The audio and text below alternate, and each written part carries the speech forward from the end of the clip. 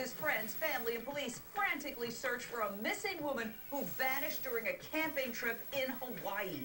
Did Laura Vogel have a horrible hiking accident, as cops reportedly believe, or was she the victim of foul play, as her family fears?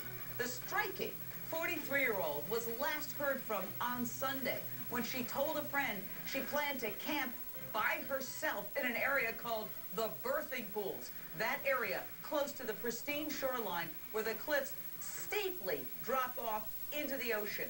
Here's where it gets weird, though. Laura Vogel is an experienced camper. Her family is not buying the accident theory. They think something more sinister could have happened, and it could be related to a text message she sent about, quote, meeting the locals. Laura's sister-in-law spoke to TV station WPBF.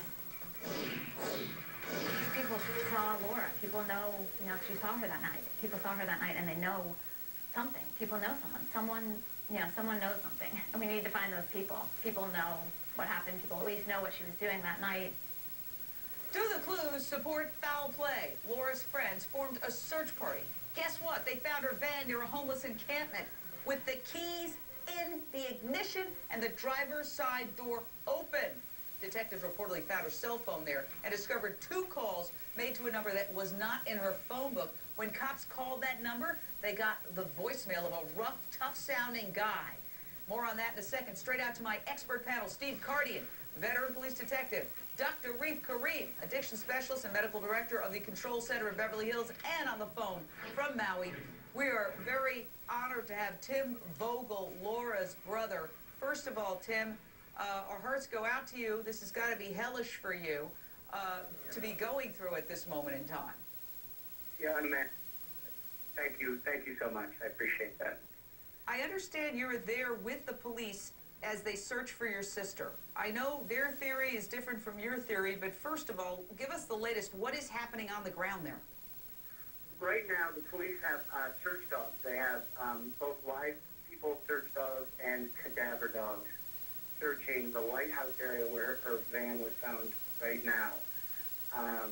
And in addition, the police today are going to be interviewing or talking with the individual that phone call was made to after her text message. Now, you say you don't know who those people are, who that person is. In other words, there was a number on her cell phone that was dialed twice. Those were the last 2 calls she made, and it's not somebody who's a friend who's on her cell phone book. It's just this random number, and when it was called, this rough-sounding, tough-sounding guy, his voicemail answered? Yeah, a couple things happened. First, she called my parents from the campsite at roughly 6 o'clock, had a very normal conversation, kind of caught up on everything that was happening. After that, about 8:18, she texted a friend, and she said, I saw an owl. She's very much into nature. She's got a master's in wildlife ecology. She loves being outdoors. So she said, I saw an owl down the way from the birthing pools, which is a location she gave, and she said, I'm meeting all the locals. Her friend responded to that text message immediately and did not get a response back. Shortly thereafter, 2 calls were made to a number that was not in her voicemail and to someone that doesn't seem like the kind of person she would know. On Wednesday, the back portion of her cell phone, what we believe was her cell phone, was found down below the cliff. So, isn't there a transient area down there? Yes. I mean, she had been to this place, I believe, during the day, but I don't think she understood kind of what it was at night. And there is a homeless camp that is nearby. Say that again? There's a homeless camp nearby? Nearby, yes. And this is anecdotal, but things that we're hearing is that there is a lot of drug activity in that area as well that happens at nighttime. The clues are starting to add up. The question is, do they point to a criminal element? Laura's sister-in-law described what one of Laura's friends told her about a conversation he had with a possible witness. Listen to this from WPBF. The guy was like, oh, never seen her before. And the way he was talking, you can just basically tell when some people are lying. And he said, I was very suspicious of this guy in the first place. Okay, so, again, cops found Laura's cell phone near this homeless encampment. 2 calls to a mystery number, but they're apparently talking to that guy. Here's what I find the most frightening, Tim, is that Your sister's car was found with the keys in the ignition and the door open. Now, how can that be an accident? Why would she ever leave her keys in the ignition? And everything, I mean, everything seemed to be there, and just her cell phone and her wallet was missing. But it's so unusual. I mean, the thing that gives me a tremendous amount of confidence that it is something suspicious is that she texted saying she's meeting people there, and the police haven't identified one person yet that has seen her. That just doesn't add up to me. Well, I got to tell you, Steve Cardian, and hang on a second, Tim, don't go anywhere, but Steve Cardian, let's be real, Maui is a tourist mecca, and it's not uncommon for the powers that be at tourist meccas to downplay any kind of foul play because it's bad for business. You're absolutely right, Jane. And, you know, in law enforcement, we see it's much easier to go from a foul play incident to a missing person rather than it is from a missing person to a foul play. We miss a lot of stuff in between, including evidence and possible witnesses that may be present. So you're right. Now, let's talk a little bit about the hiking situation. Tim, I want to go back to you. The authorities are saying basically they think she may have fallen off a steep cliff, but you doubt that. First of all, because why would she even go hiking, leaving her car with the keys in the ignition and the door open? That makes no sense. Secondly, you say she's an experienced hiker, and she wouldn't do something that would put her in that kind of danger. And I've actually seen some of those cliffs. They are steep, and they go right into the ocean. Laura's an experienced hiker. I've done a bunch of backcountry backpacking trips all over this country with her before in Central America. She knows what she's doing. She's as smart and tough as they get. She is experienced, and I mean, you know, there could be that 5% or that 0.% chance that something like that happens, but 99.5% chance that she wasn't here, but she knows what she's doing. She's in control of what she's doing, and she doesn't make stupid decisions like that.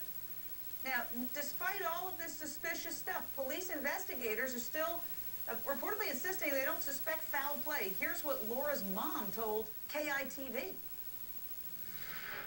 I think they feel that she slipped and fell over the cliff, which is a 50 to 60 foot sheer rock cliff that goes right into the ocean. Now, when Laura's friends went to cops to report her missing, cops reportedly said they couldn't get involved for 24 hours, so the friends formed their own search party. I got to go back to Steve Cardian. That sounds bizarre to me. I mean, a beautiful woman is missing in a strange place, and her car is left there with the door open and the keys in the ignition, and they can't go search for her for 24 hours? Are you kidding me? Typically, they wait a 24-hour period, barring suspicious circumstance. If they were aware that her car was left abandoned with the keys in it, that her wallet and cell phone were missing, they should have absolutely contained that as a crime scene and begun an investigation into her whereabouts. And let me just say that this van has not been fingerprinted. It hasn't been fingerprinted, and records like credit card history and stuff and usage hasn't been pulled yet. So we are very frustrated that we haven't made more progress yet. Well, what do you think, Tim, is wrong with the cops down there? What are they doing?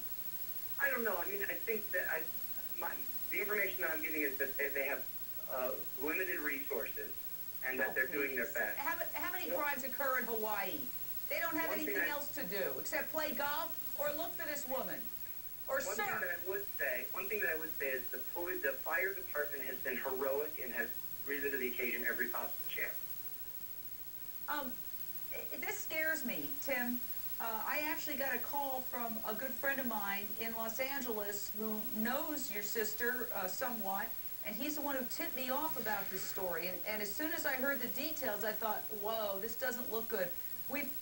I just pray your sister is found okay, and we're going to call the Maui police. Here's the number. This show is seen in Hawaii, 808-244-6245, if you know anything. And final thoughts, Tim, about what the cops should be doing in terms of interviewing these homeless people who live in this encampment. Yeah, I mean, somebody knows something. What happened to my sister. And whatever help anyone can give, whatever support someone can give, if someone can come forward with information, we need that desperately, because she could still be alive. And time is running out, and it's critical that we get Tim, we're going to stay on top of the story. I vow it, and we're going to have you back. We pray for a happy result. Thank you so much. Fantastic panel. A made-for-TV